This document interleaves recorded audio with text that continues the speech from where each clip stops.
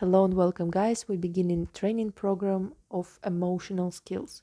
Just like any other of my training programs, you will find videos one by one in special playlist, and your task is to go through each video, then do exercises and do your home task during the week, and then continue with the next video. Little by little, step by step, we will improve our emotional skills. Emotions often are compared with an elephant, while rational mind is compared to a rider that is trying to control the elephant. But the truth is that elephant is much stronger than the rider, and this is why we need emotional skills, because without skillfulness, we cannot really achieve what we want in almost any aspect of our life if we cannot manage our emotions. So let's begin today's video. Today we're going to talk about the role of emotions, basic kinds of emotions, and also like different kinds of emotional skills. So the role of emotions. First of all, emotions serve as this signaling role. Signaling and rewarding or punishing role. So so-called negative emotions and positive emotions signal to us when some of our needs are met or not met. Like, for example, if we see something dangerous, we have fear, and fear is a signal that you need to get out. Okay, if we see something wonderful and interesting and possibly delicious, we might have surprise and curiosity and joy, and those are signals that we need to get it. So basically, emotions signal to us what is good for us and what is bad for us, and this is why we should better be friends with them, because this way we can see what our intuition is telling us, because in some ways, in some things, our intuition is much faster and smarter than our logical mind. So emotions developed during evolution to be this signaling system for us. Second role of emotions is mobilizing role. Like, for example, if we are going in the forest and we suddenly hear that everything is weirdly silent, like birds are not singing, everything is kind of strange, our anxiety turns on, and it's mobilizing us and telling us something is wrong, pay attention. So also mobilizing role. Next role that emotions serve is communicative role. So as we humans are social species, we survived not one by one, we survived being in groups. So surviving in a group, being able to communicate with each other was our advantage. And this is why many of our emotions are so kind of easy to read in our faces. So we can see when someone is upset, we can see when somebody is scared, we can guess when somebody is anxious, and so on. So basically, we can guess a person's emotion just by looking at them. This is also what developed during evolution. And our own face shows certain emotions without conscious control. Like, if you are sad, your face automatically looks sad, even if there is nobody else around you. If you're happy, you're gonna smile and so on, so your face shows joy. Why is it important? Because, first of all, our face can signal to other people around us when something is wrong or when something is good. And also, we can read other people's nonverbal expressions very fast and see that something is wrong. For example, when we see that one of our friends is scared, it makes us scared as well, and we also become like more on guard and mobilized to deal with something scary. So yes, emotions are signals in society to each other. And emotions are also very important to regulate relationships, to make sure that we belong to the group, because back in the days It was almost impossible to survive on your own. Humans always survived kind of together, relying on each other, helping each other. So don't believe any, you know, today we can hear many those funny stories of social Darwinism, that you should be like a lobster and be stronger than others, and this way you can survive. It's not about humans. Snake survives like that, or other animals survive one by one separately, but humans survived in a community, and this was why we survived so well. Community, passing knowledge to each other, helping each other out, and so on and so on, just like other social species. So those are roles of our emotions. They help us by signaling what is good and what is bad for us. They help us communicate and pass on signals from ourselves to others and from others to ourselves very fast, just by facial expression. And also, emotions can be mobilizing us to take action towards something that is good for us and to run away from something that is bad for us. So let's now talk about which emotions are generally exist. There are several basic emotions. So-called negative emotions are anger, sadness, guilt or shame, anxiety or fear, and disgust.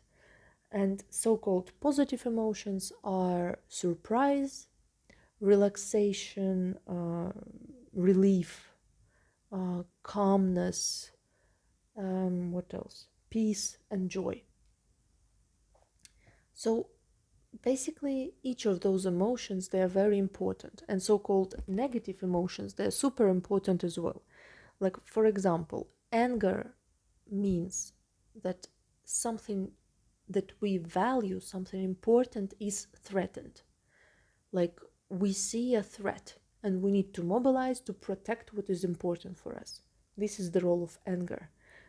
Anxiety is telling us that something dangerous might happen, so we need to pay attention and to be extra attentive to what is surrounding us. And anxiety can also, and fear can also be mobilizing us to run or fight. So this is also fear response.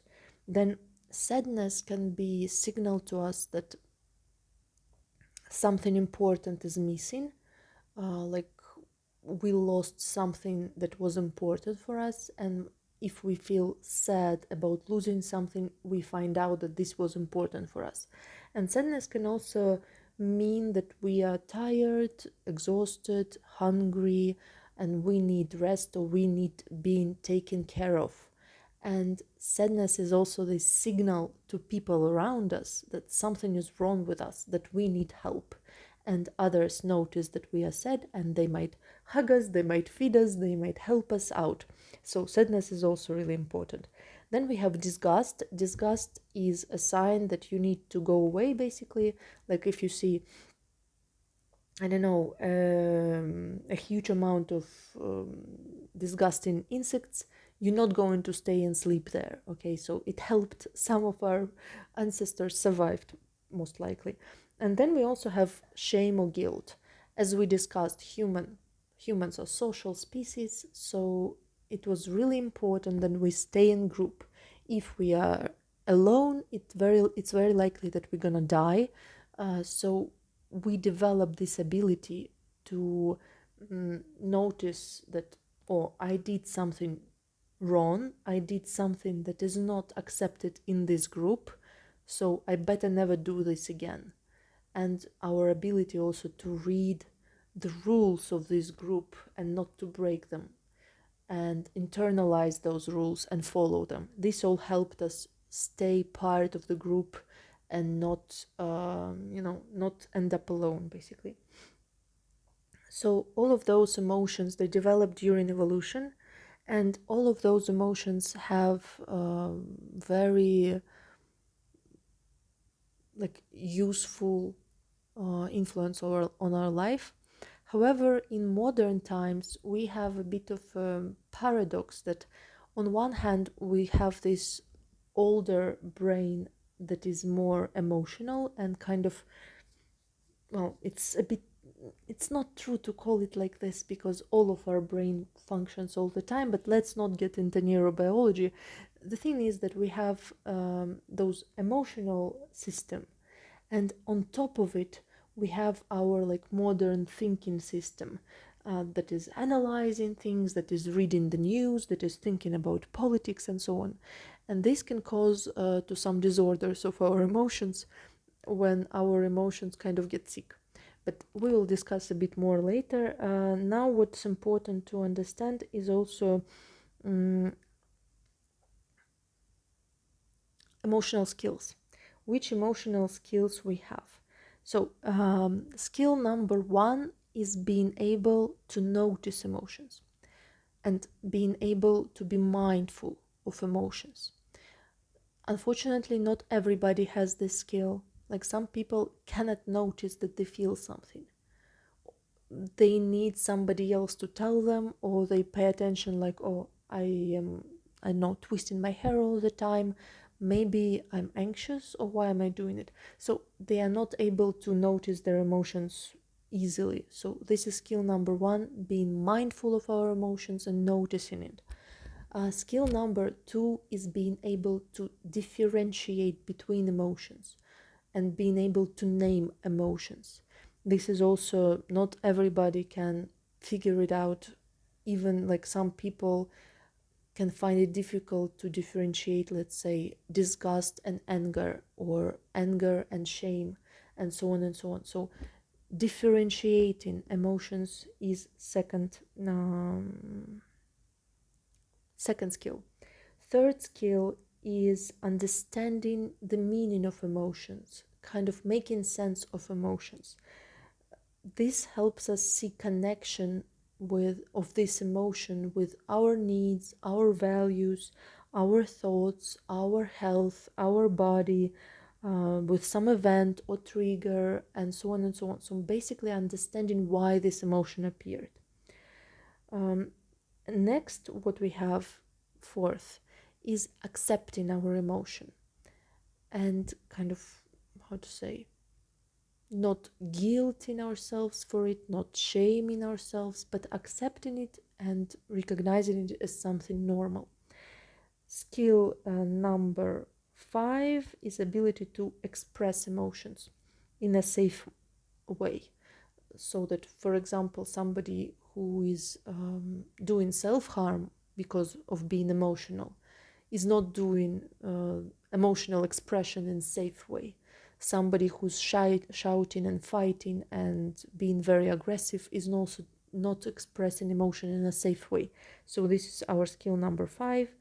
Our skill number six is ability to regulate our emotions, and last skill is ability to transform emotions. So change emotions basically. So what we're gonna do is we are going to go from one skill to another, doing exercises, doing home task, and so on. And for now, your home task is to actually think which of those skills you lack the most and which of those skills you have developed the most. Like, for example, can you notice your emotions?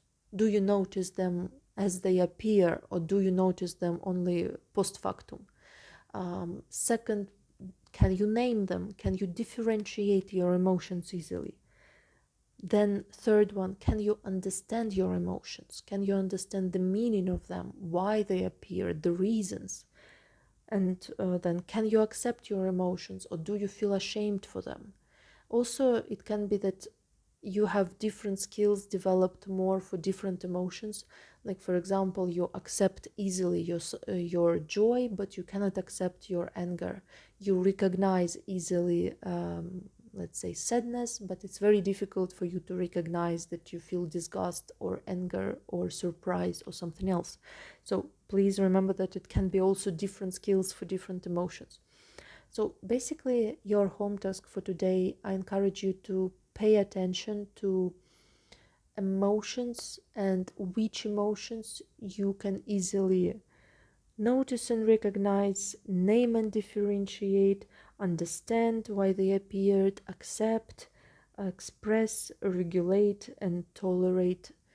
Ah, by the way, tolerate, I forgot this. Tolerate emotions is number 7, and then number 8 is transform emotions. So those are different. Sorry, I forgot the last one. So basically, yes, this is your home task, doing some self reflection and preferably writing down your thoughts, which skills you think you should be developing, and we'll see this more in next videos. Okay, this is more or less everything for today, I think, and I'll see you in the next video. Bye bye.